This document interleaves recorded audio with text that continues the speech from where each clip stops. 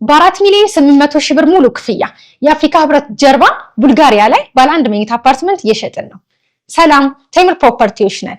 ቡልጋሪያ መብራቱ ጋር ወይም ደግሞ አፍሪካ ህብረት ጀርባ ኦር ደግሞ አልነጃሺ መስጂድ ፊት ለፊት ላይ ባለ 1 መኝታ አፓርትመንት በ4 ሚሊዮን 800 ሺህ ብር ሙሉ ክፍያ፣ ባለ 2 መኝታ አፓርትመንት በ7 ሚሊዮን ብር ሙሉ ክፍያ፣ ባለ 3 መኝታ አፓርትመንት ደግሞ በ10 ሚሊዮን ብር ሙሉ ክፍያ 100% የምትከፍሉ ከሆነ ለሽያጭ አቅርበንላችኋል። ይሄ ማለት 100% ለሚከፍል ሰው 30% ቅናሽ ማለት ነው። አይ ቀስ እያልን ዘና እያልን ነው መክፈል የምንፈልገው ካላችሁ በሌላ ዋጋና በሌላ አከፋፈል 20% ከፍላችሁ ቀሪውን ዘና እያላችሁ የምትከፍሉበትን መንገድ አመቻችተናል። እንዲሁም በተጨማሪ እዛው ሳይት ላይ ከ3 ሚሊዮን 900 ሺህ ብር ሙሉ ክፍያ፣ ቅድመ ክፍያው ደግሞ ከ900 ሺህ ብር ጀምሮ የንግድ ሱቆችን ማግኘት ትችላላችሁ። ቦታው እንግዲህ ነጋራ ያስፈልገው ቡልጋሪያ ላይ ነው። ለሜክሲኮ በጣም በቅርብ ርቀት ላይ ነው የሚገኘው። ትልቁ ኢትዮጵያ ውስጥ አለ የሚባለው አልነጃሺ መስጂድ ደግሞ ፊት ለፊቱ ላይ ነው እየተገነባ ያለው። ለኢንቨስትመንት ለመኖሪያም አዋጭ የሆነ ሳይት ነው። ከስር ስልካችንን እናስቀምጣለን፣ ደውሉና ተጠቀሙ። ቴምር ፕሮፐርቲስ የህልሞ ማረፊያ።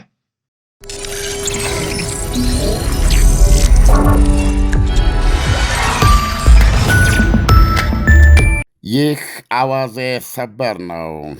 በአሜሪካ ፕሬዚደንቶች የሁለቱም ፓርቲዎች ምክር ቤት እንደራሴዎችና ሴናተሮች ምክር ቤት ወይም ኮንግረስ ውስጥ አብረው በሚታደሙበትና ድፍን አገር አይኑን ቴሌቪዥን ላይ ሰክቶ ወይም ጆሮውን ሬዲዮ ላይ ለጥፎ በሚከታተልበት ዓመታዊ የፕሬዚደንቶች ሀገር አቀፍ ንግግር መድረክ ስቴት ኦፍ ዘ ዩኒየን ፕሬዚደንት ዶናልድ ትራምፕ ረዥሙ የተሰኘ ንግግራቸው ላይ የተሰጠው ብይን ፍጹም ለየቅል መሆኑ የአሜሪካ ልቦና ከፓርቲዎች አቋም አንጻር መልሶ ሊጠገን በማይችል ሁኔታ በዘላቂነት መከፋፈሉን ያረጋግጣል።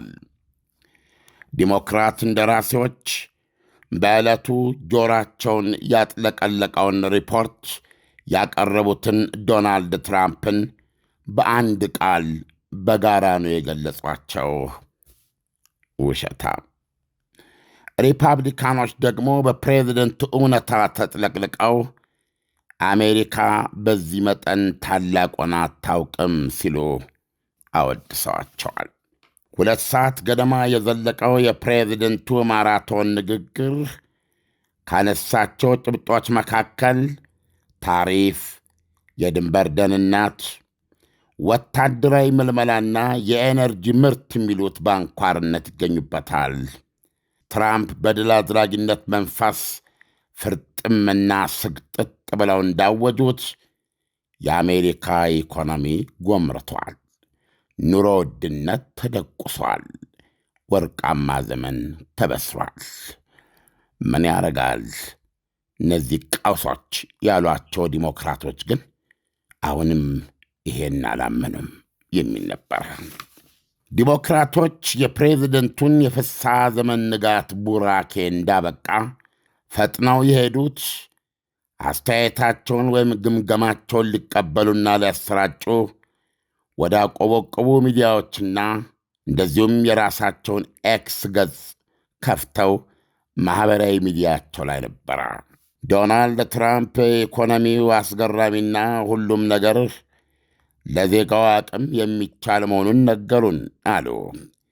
የካሊፎርኒያ ተወካይ ዲሞክራቱ ቬርማን ሲንደረደሩ፣ ይህንን የምታምን ከሆነ እንግዲያው ሰውየው ምናልባትም ለ3ቱም ሚስቶቻቸው ታማኝ ነበሩ ብለህ ልታምን ነዋ ብለዋል። የማሳቹሴትስ ዲሞክራት ማክ ጋበርን እንዳሉት ደግሞ በፕሬዝደንቱ ንግግር ውስጥ የታጨቀው የውሸት መዓት ብዛት በራሱ ስትራቴጂ ሳይሆን አይቀርም። እንዲህ አይነት መያዣ መጨበጫ የሌለው የገናናነትና እንደው ምን ጉድ ነው የሚያሰኝ የኢኮኖሚ እውነታ ቅጥ ያጣ ውሸት የቦተለከው ሌላ ፕሬዝደንት ቢሆን ኖሮ በአገሪቱ ታላቅ ቅሌት በሆነ ነበረ አሉ ሲንደረደሩ። ሲቀጥሉም የትራምፕ ስትራቴጂ ጆሮህን ባርቲ ቡርቲ ናዳ በማጥለቅለቅ ለመቀበልም ሆነ ላለመቀበል ምኑን ከምኑ ለመያዝ ለመጨበጥ እንዳትችል ማድረግ ነው። ወንድሞቼ እሱን ተከትላችሁ በእውነት ላይ ተስፋ አትቁረጡ ሲሉ ለአሜሪካውያን የውሸት ደመና ተገፎ እውነት የምትገለጥ እንደምትሆን ተስፋ ሰጥተዋል። የዴልዋሩ ዲሞክራት ሴናተር ክሪስ ኩንስ በወገናቸው ትራምፕ የነበራቸውን አጋጣሚ እንዳጡ አምነዋል። ፕሬዚደንት ትራምፕ ዛሬ ምሽት አገሪቱን አንድ ለማድረግ ዕድሉ ነበራቸው። እሳቸው ግን በዚህ ምትክ መድረኩን በውሸት ተቀደዱበት። ኃላፊነትን አጎንብሰው ያሳልፉበትና አሜሪካኖች ለገጠማቸው ተግዳሮት አንዳችን ምላሽ ሳይሰጡ ቀርቷል ብለዋል። ትራምፕ በንግግራቸው ዋና መመላለሻ እንኳን ነጥባቸው ያደረጉት የታሪፍ ጉዳይ ነበረ። በትራምፕ ኢኮኖሚያዊ አስተምሮ ታሪፍ የኢንዱስትሪ ማንሰራሪያ የመሠረት ድንጋይ ሆኖ ነበር የቀረበው። ይህን በተመለከተ አስተያየታቸውን ለመስጠት የወደዱት ደግሞ የአሪዞናው ዲሞክራት ሴናተር ማርክ ኬሊ ነበሩ። የወከሉት የአሪዞና ሕዝብ ከፕሬዚደንቱ አንደበት አንዳች የሚጠቅም ነገር ስለ መስማቱ ይጠራጠራሉ። ከትራምፕ ፕሬዚደንትነት 1 ዓመት በኋላም አሉ ሴናተር ማርክ ኬሊ ሲናገሩ፣ ከ1 ዓመት በኋላም ቤተሰቦች ለአስቤዛ በውድ ይከፍላሉ። አዛውንቶች የታዘዘላቸውን መድኃኒቶች ለመግዛት ፈተና ሆኖባቸዋል። ትናንሽ ቢዝነሶች ሥራቸውን ይዞ መቆየት የዳገት ሩጫ ሆኖባቸዋል። በዚያ ላይ የፕሬዚደንቱ ሕገወጥ ታሪፍ በእንቅርት ላይ ጆሮ ደግፍ እንዲሉ ችግራቸውን አክፍቶታል ብለዋል። የካሊፎርኒያው ተወካይ ራውል ሩይዝ ደግሞ የፕሬዚደንቱን ጅምላ ውሸቶች አንድ በአንድ እያበጠሩ ታሪፎች የዕለት ወጫችንን ዋጋ እያናሩብን እያየን እሱ ግን ስለ ኑሮ መርከስ ይዋሸናል። ፖሊሲው በሚሊዮን የሚቆጠሩ አሜሪካውያንን የጤና መድህን ገፎ እያለ እሱ ግን ስለ ጤና እንክብካቤ ይዋሸናል።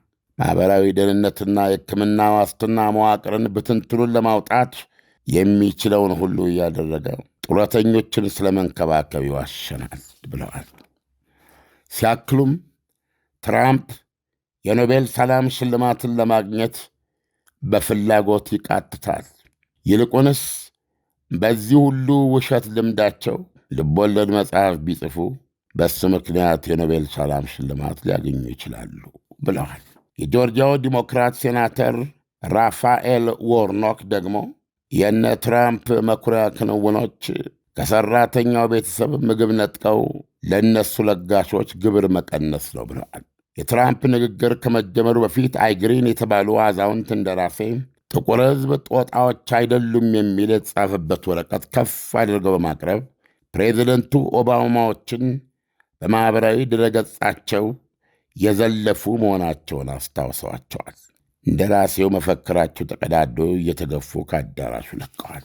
ጎረቤታችን ሶማሌ አሜሪካዊቷ የሚኒሶታ ተወካይ እንደራሴ ኢልሃን ኦማር በፕሬዝደንቱ ንግግር መሃል በተቀመጠችበት ቦታ ሆና ጮክ ባለ ድምፅ አሜሪካውያንን ገድለዋል ስትል በነፍሰ ገዳይነት ወንጅላቸዋለች።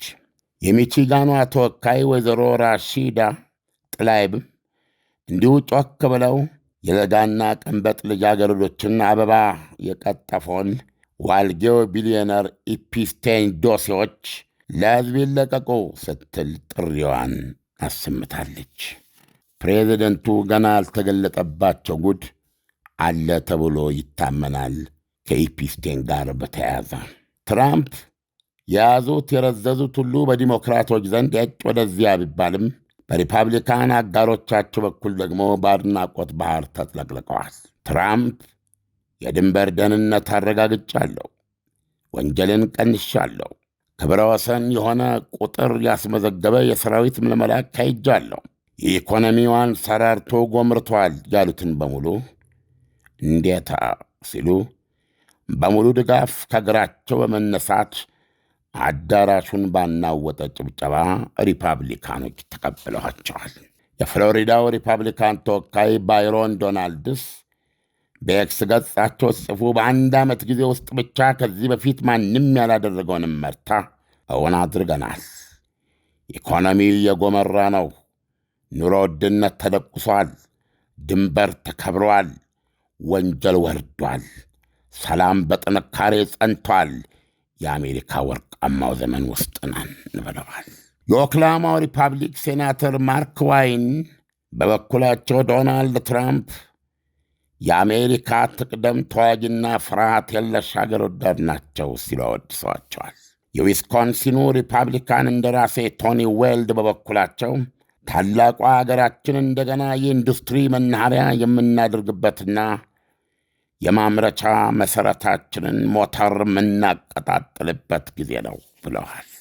ሲቀጥሉም ፕሬዚደንቱ ያተኮሩት የምክር ቤቱ ሪፐብሊካን እንደራሴዎች ያተኮርነው እዚህ ላይ ነው፣ በትክክለኛው አቅጣጫ እየሄድን ነው ብዬ ነው የማስበው ብለዋል።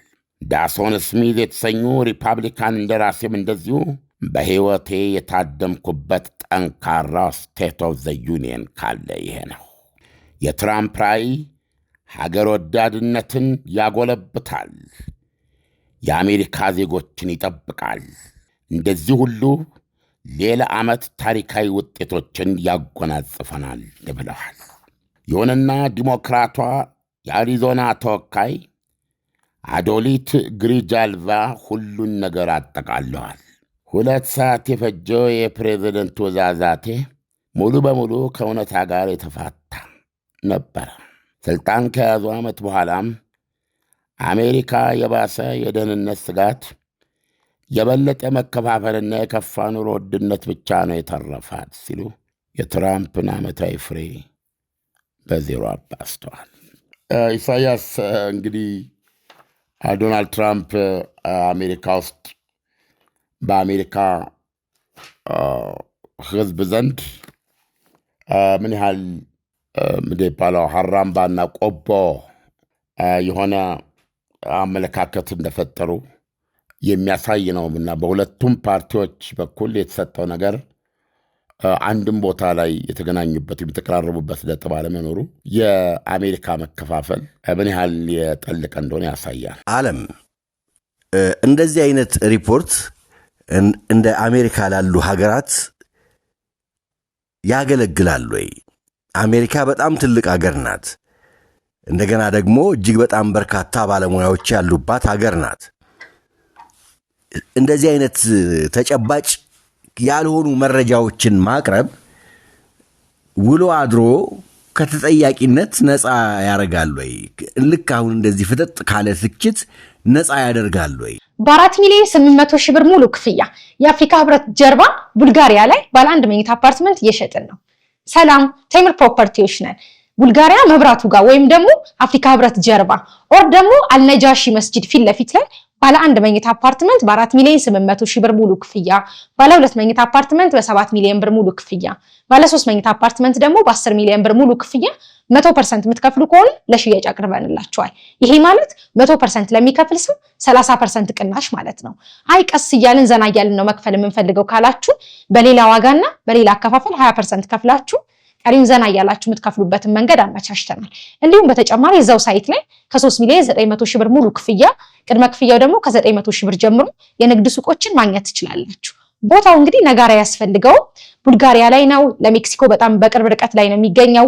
ትልቁ ኢትዮጵያ ውስጥ አለ የሚባለው አልነጃሺ መስጂድ ደግሞ ፊት ለፊቱ ላይ ነው እየተገነባ ያለው። ለኢንቨስትመንት ለመኖሪያም አዋጭ የሆነ ሳይት ነው። ከስር ስልካችንን እናስቀምጣለን፣ ደውሉና ተጠቀሙ። ቴምር ፕሮፐርቲስ የህልሞ ማረፊያ። ዘገባውን ተከታትለው ከሆነ አንድ ወገን እንዳለውጦታል መረጃውን በትክክለኛነቱ፣ ሌላው ወገን መረጃውን እንዳለ ተፍቶታል በውሸትነቱ። ስለዚህ ይሄ የሚያሳየው ይሄ ስቴት ኦፍ ዘ ዩኒየን የሚሉት ፕሬዚደንቶች የምትወዳደረው የፓርቲ መስመር ይዘ ነው፣ ሀገሪቱን ለማገልገል ነው ግን የምትወዳደረው። ስለዚህ እንደዚህ አይነቱ አጋጣሚ በአመታዊ መድረክ ያ ሰው የአሜሪካ መሪ መሆኑን የሚያሳይበት ነው። ያ ሰው አሜሪካውያንን ወደ አንድ ቦታ ወደ አንድ አቅጣጫ የሚጠራበት ነው እና ከዚህ አንጻር ነው ፕሬዚደንቶች የሚለኩት። የዶናልድ ትራምፕ ግን እንዳየው ከሆነ አንዱ ክፍል በሀዘን ተጨማዷል፣ ሌላው ክፍል ደግሞ ከፕሬዚደንቱ ጋር ወደፊት እየጋለብን ነው ብሎ ያምናል። ስለዚህ እውነትና ውሸቱን ለመለየት አትችልም። እንደሰማው ዓለም አሁን አሜሪካ ዶናልድ ትራምፕ ባሉበት መንገድ ላይ ነው ወይ ያለችው? ለምሳሌ የኢኮኖሚው ጉዳይ ተነስቷል፣ የኑሮ ውድነት ተነስቷል፣ ሰላምን በተመለከተም ደግሞ እንደዚሁ የተነሱ ነገሮች አሉ። ዶናልድ ትራምፕ የኑሮ ውድነቱን እሳቸው ባሉት መጠን ቀንሰውታል ወይ? አንዳንድ መስተባበል የማይችሉ የተለመዱ የህዝብ አስተያየት መመዘኛዎች የሚያሳዩት ፕሬዚደንቱ ተቀባይነት መጠን እያቆለቆለ መምጣቱን ነው።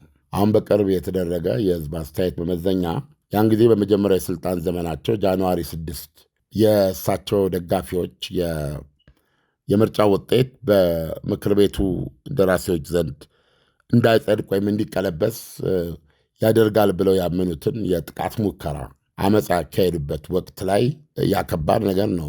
በአንድ ዲሞክራሲ ሀገር ውስጥ ያን ጊዜ አሽቆልቁሎ በዛ ደረጃ ያን ጊዜ ከዛ ጋር በተያያዘ የፕሬዚደንቱ የህዝብ ድጋፍ አሽቆልቁሎ ነበርና በዛ ደረጃ ነው አሁን የሚገኝ የሚል ነው። ሁለተኛ የዚህ የኢኮኖሚ የተባለው ተስፋ በተለይ ኑሮ ውድነቱ ተስፋ እንደገቡለት ዋነኛው በነገራችን ላይ አይነተኛ የስልጣን መሰቀያ ኮርቻ እሱ ነው እና እሱም ብለው መጥተው በዚህ በዓመት ውስጥ የማይስተባበል እውነት የኑሮ ውድነት እውነቱን ለመናገር በተለያዩ ዘገባዎች ላይ ፕሬዚደንቱ በሚሉት መንገድ እንደወረደ እንደተስተካከለ አያሳይም። እንደውም ይህን ምክንያት አድርገው ነው በታሪፉ የተነሳ የተፈጠረውን የተጋፈጣችሁትን ኑሮ ውድነት ለማካካስ በየካዝናችሁ $2,000 አስገባለሁ የሚል ትልቅ ተስፋ የሰጡት ማለት ነው። በታሪፍ የተሰበሰበው ወደ $130 ቢሊዮን። አሁን እሱ ራሱ በከፍተኛው ፍርድ ቤት ህገወጥ ስለተባለ ታሪፉ ራሱ ዶናልድ ትራምፕ ይህን ብር መስጠት አይችሉም። ይሄ ብር ለታሪፉ በህገወጥ መንገድ ታሪፍ እንዲከፍሉ ለተደረጉ ለአሜሪካ ላኪዎች የሚመለስ ነው ቤዚካሊ። ነገር ግን ዶናልድ ትራምፕ ፍርድ ቤት ለፍርድ ቤት አረጃታለሁ እንጂ በቀላሉ አለቅም ይህን ገንዘብ ማለታቸው ይታወቃል። ስለዚህ የኑሮ ውድነቱ እንደተባለው ብዙ ዘገባዎች የሚያመለክቱት ይሄ እውነታ እንዳለ አይደለም። አለም አሁን እንግዲህ በአሜሪካ ኮንግረስ ቀርበው አስረድተዋል እና ከዜናውም እንደተረዳ ነው የተለያዩ የኮንግረስ አባላቶች ተቃውሟቸውን አሰምተዋል። በአሜሪካ የኮንግረስ ፕሬዚዳንቶች እንዲህ አይነት ሪፖርት በሚያቀርቡበት ጊዜ በዚህ መጠን ተቃውሞ ይገጥማቸዋል ወይ? አሁን እንግዲህ የሶማሌዋ ያነሳችውም ሀሳብ ጭምር አለ። አፍሪካውያን እንስሳ አይደሉም የሚሉም ደግሞ እንደዚህ አይነት ተቃውሞች አሉ። የተለመደ ነው ወይ በእንደዚህ አይነት ሪፖርት በሚቀርብበት ሰዓት እንዲህ አይነት ነገሮች መቅረባቸው? ምንጊዜም ከፓርቲ አንጻር መለያየት ያለ ቢሆንም እኔ እንጃ፣ ምናልባት ሌሎችም ነገሮች አውጥቶ መመልከት ያስፈልገው ይሆናል። ግን አሁን በዚህ በቀረበው ውስጥ አንድም ከዲሞክራት ወገን በሰጡት አስተያየት ውስጥ በዚህ ጉዳይ ላይ ካልሆነ በስተቀረ በሚል እንኳ ይህን ነገር ግን ቢያንስ ይህን ነገር አድርገዋል የሚል ነገር የለውም። ሰው ምንድን ነው ይህ የሚያሳየው? ምንድን ነው ፕሬዚደንቱ በራሳቸው ወይም ትራምፒዝም በሚል እሳቤ ላይ እንደገና በተዋቀረው ሪፐብሊካን ደጋፊዎቻቸው ላይ ብቻ እንደ ተንጠለጠሉ ነው የሚያሳየው። ይህ ደግሞ በተለይ በሚቀጥለው ዓመት በኢትዮጵያ 2019 ጥቅምት ወር ነው ህዳር በሚደረገው የሚድተርም ምርጫ ላይ ዲሞክራቶች በአሜሪካ ኮንግረስ ውስጥ ምክር ቤት ውስጥ ያላቸውን ቁጥር የመጨመር ዕድል እንዳላቸው ነው የሚናገረው። ከነዚህ ብሶቶች በመነሳት ማለት ነው። እነዚህ የኑሮ ውድነት ከባድ ነው። ትናንት የደገፈህ ሪፐብሊካንም ቢሆን ዛሬ ይነሳል፣ እነዚህ ነገሮች ማለት ነው። ስለዚህ በዛ የምክር ቤት ምርጫ ቁጥራቸውን አሁን ሪፐብሊካኖች ያላቸውን አንጻራዊ በላይነት ዲሞክራቶች መውሰድ ከቻሉ በሴኔትም ውስጥ እንደዚሁ ልዩነቱ በጣም ጠባብ ይህን ማስተካከል ከቻሉ ዲሞክራቶች ፕሬዚደንቱን ከሰው በሴኔት በማስፈረድ ስልጣናቸውን ሊገፏቸው ይችላሉ የሚል ስጋት ፕሬዚደንት ውስጥ አለ። ይህንም በተመለከተ አምርረው ነው ያሳሰቡት እያንዳንዱ ሪፐብሊካን። ከዚህ አንጻር ብዙ ደግሞ ከምርጫ ጋር በተያያዘ ብዙ ማስተካከያዎችም እያደረጉ ነው። ለምሳሌ እንደምናነበው ከሆነ ያባረረው በህገወጥ በሚል እስካሁን ካባረሯቸው ውስጥ ህጋዊ የሆኑት እንደሚበዙ ነው የተሰማው። ህገወጥ የሚለው ነገር ወንጀለኛ የሚለው ነገር የማይነካቸው ስደተኞች ሁሉ ተባረዋል የሚባለው እና በምርጫው ላይ ከአሜሪካዊ በስተቀር ማንም መምረጥ የለበትም ሲሉ ይሄ ህገወጥ ወይም ሰነድ የሌላቸው በሚል በአጠቃላይ ወደ 3 ሚሊዮን ሊጠጋ ይችላል በራሱ ፍቃድና በአይስ በሚባለው ቡድን እየተያዘ ሄደው ከሀገር የተባረረው ስደተኛ ቁጥር እዚህ ላይ ምንድን ያሉት የአሜሪካ ምርጫ በአሜሪካውያን መካሄድ ያለበት ብለዋል። ድምፅ መስጠት ያለባቸው አሜሪካውያን ብቻ ናቸው ብለዋል። አሁን አብዛኛውን ስደተኛ አሜሪካዊ አይደለም በሚል እንደምን እያዩ ነው? ዲሞክራቶች አንዱ ድምፅ የሚያገኙበት የድምፅ አቅማቸው ለሀገሪቱ ለስደተኞች በሯን የከፈተች ሀገር መሆኗ በተለያየ መንገድ እነዚህ የሚገቡ ሰዎች ነገ የዲሞክራቶች የድምፅ አቅም ናቸው እና አት ዘ ኤንድ ኦፍ ዘ ዴይ ዋናው ታርጌት የዛን የድምፅ አቅማቸውን ማሳጣትም ነው። ስለዚህ ፕሮባብሊ እስካሁን የተባረረው በተለይ ለመምረጥ የሚችለው ክፍል በአብዛኛው የዲሞክራቶች ድምፅ ሰጪ ሊሆን ይችላል። በተለያየ ደረጃ ወደፊትም የምንሰማቸው አሉ። ያ ጊዜ እስኪቃረብ ፕሬዚደንቱ እንዲህ አይነት ስጋት አላቸው እና የዛሬው ስቴት ኦፍ ዘ ዩኒየን ሁሉም የአሜሪካ መሪዎች አሜሪካውያን ፕሬዚደንት እንጂ የሪፐብሊካን ፓርቲ ፕሬዚደንት ወይም የዲሞክራቲክ ፓርቲ ፕሬዚደንት አለመሆናቸውን የሚያረጋግጡበትና ልብ የሚያሸንፉበት ነው። አየህ፣ ንግግሩ ራሱ በግሩም ሁኔታ የተዘጋጀ ነጥቦቹን ያስቀመጠ ተአማኒነትና አሳማኝነት ያለው ሆኖ አንድ ፕሬዚደንት ራሱን ከስቶ የሚወጣበት ነው። አሁን እንደሰማነው ግምገማ ከሆነ ግን ዶናልድ ትራምፕ አልተዋጣላቸው። ዓለም እንግዲህ ዶናልድ ትራምፕ በዚህ የንግግር ሂደታቸው ብዙ ነጥብ ጥለዋል። አንተም እንዳስቀመጥከው ደግሞ አሁን የሩብ ዓመት የምርጫ ሂደት ላይ ነጥብ የሚጥሉ ከሆነ እና ዶናልድ ትራምፕ የሚወርዱበት ሁኔታዎች ሊፈጠሩ ይችላሉ ማለት ነው። በሌላ መልኩ ደግሞ ጥቁር አሜሪካውያኖችና በተለይ ደግሞ በስደት ወደ አሜሪካ የገቡ በጣም በርካታ ሰዎች ነጥብ ለዶናልድ ትራምፕ የማይሰጡበት ሁኔታዎች አይፈጠሩም ወይ? መፈጠራቸው ደግሞ ዋጋ ያስከፍላቸውም ወይ? ኖ አሁን ቤዚካሊ እያደረጉ ያሉት ነገር እኮ ይሄ ነው። ስደተኛዋን በአብዛኛው እሳቸው እንደሚያቀርቡት በወንጀል ላይ የተሰማራ ህጋዊ እንኳ ቢሆን በወንጀል ላይ የተሰማራ አእምሮ የታወከ ቤሳቤስቲ ለአሜሪካ ኢኮኖሚ መጨመር የማይችል ጥገኛ የተለያየ አሜሪካንን ድራግ ወደኋላ የሚጎትት እንደሆነ ነው የሚያቀርቡት እና በዚህ መንገድ ይሄንን ባደረጉ ቁጥር የአሜሪካ ኢኮኖሚ ከተለያየ ምንድን ይባለው ይላቀቃል ነው። ይሄ ደግሞ ድጋፍ የላቸውም ማለት አይደለም። በዚህ በኩል ደግሞ ያላቸው ድጋፍ ከፍተኛ ነው። አሜሪካን ለአሜሪካውያን እያደረጉ የሚገኙ የአሜሪካንን ኮር ቫሊዩ በሊበራሎች ቅጥ ያጣ ወይም ደግሞ ስድ በቃ መረን የወጣ እሳቤ ማንነቱን ያጣ መሰረቱን ያጣ ውዥንብር ውስጥ የገባ ሁኔታን በመለወጥ የአሜሪካውያንን መሰረታዊ ማንነት፣ እምነት፣ ባህል እያረጋገጠ እያጸና አሜሪካንን ወደ መሰረታዊ ማንነቷ እና በዚህ ምክንያት ደግሞ ከዚህ በፊት ወዳልነበረ ትልቅነት እየወሰዳት ያለ ሰምተዋል። አስተያየቱ ላይ ሀገር ወዳድ የለሽ አርበኛ ነው የሚለውም ደግሞ በዚህ መጠን ደጋፊ አለው።